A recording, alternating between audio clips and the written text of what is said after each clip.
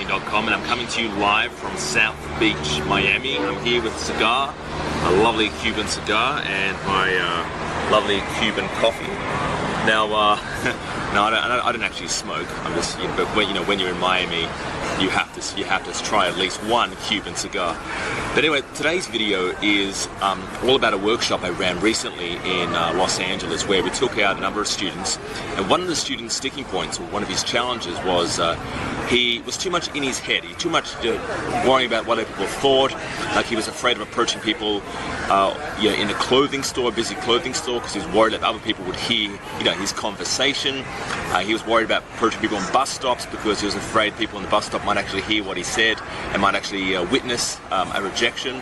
So today's video is kind of giving you one very quick technique on how to overcome how to overcome that anxiety and how to get outside your head.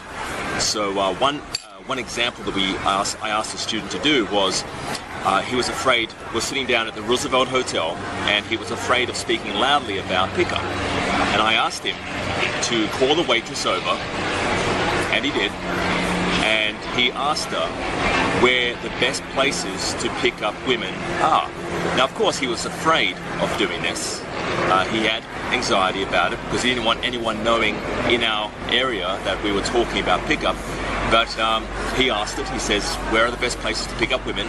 She laughed, and she goes, well, I can't help you with that, but I'll send people over. And a lot of the staff came over. In fact, they weren't, they didn't even care that we're talking about pickup. In fact, they found it funny, and they even gave us some great advice on where to go. So that's just one example that's basically getting you outside your head and not caring what other people think. Is do something outrageous, like ask waitresses where the best places to pick up women are. Another example is, as we're walking outside the Roosevelt Hotel in Hollywood, we asked one of the very attractive hostesses. They're all very, attractive, drop-dead gorgeous women who work there. I asked him to walk up and complain to her. And this is exactly what he said. He walked up to the very attractive hostess and he says, I have a complaint to make. Reese, I was using the bathroom, and a guy walked by me, and as he walked by me, he brushed my ass with his hand, and I want to file a complaint. I want you to also send him back and ask him to do it again to me, because I enjoyed it. And she laughed. She found it funny. Now, of course, a guy that has a lot of anxiety and is afraid of mentioning anything sexual to a very attractive hostess, that really and quickly got him over that anxiety. So I just want to share this quick two stories about the student that we had last weekend in Los Angeles, the day game workshop that we run. Now, I also want to share a quick technique on how to get outside your head, how to stop caring what other people think of you, or whether they hear what you're saying. So here's this technique. Okay, so the technique is I want you to visualize yourself approaching a woman in a busy shopping mall or in a busy clothing store where there's people around who can hear your conversation.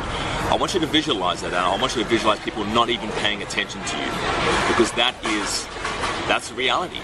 You aren't a movie star. You're not a celebrity. People aren't worried about you. They're not looking at you.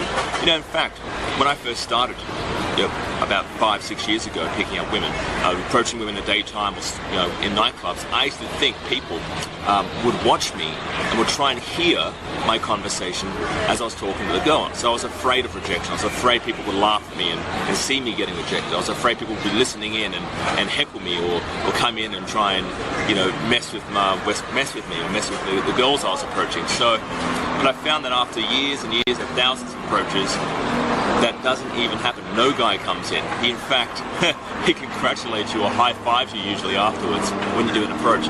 So I want you to stop thinking that people are looking at you or pointing at you, or the spotlight's on you, because people aren't paying attention to you at all. Like I said, unless you're a celebrity, people aren't even watching you. They're more concerned about themselves or the perceptions and the projections on what people are thinking about them, not you. So stop caring. People aren't looking at you, and head out there and do some approaches. And just a quick side story. We were down in Santa Monica the other day doing an approach. My business partner and day game coach Jack, dear went direct on this really attractive woman walking down the mall, the strip, and he went direct and said, I really like you, you know, I just saw you, had to come up and say hi. Anyway, had a conversation that lasted about 3 to 5 minutes, and as we walked away, we had these two black guys who walked up and said, man, you are awesome, and high-fived him. So in fact, guys love what you do. Guys love watching and inspired by the fact that you are approaching them. So head out there, guys, inspire other people.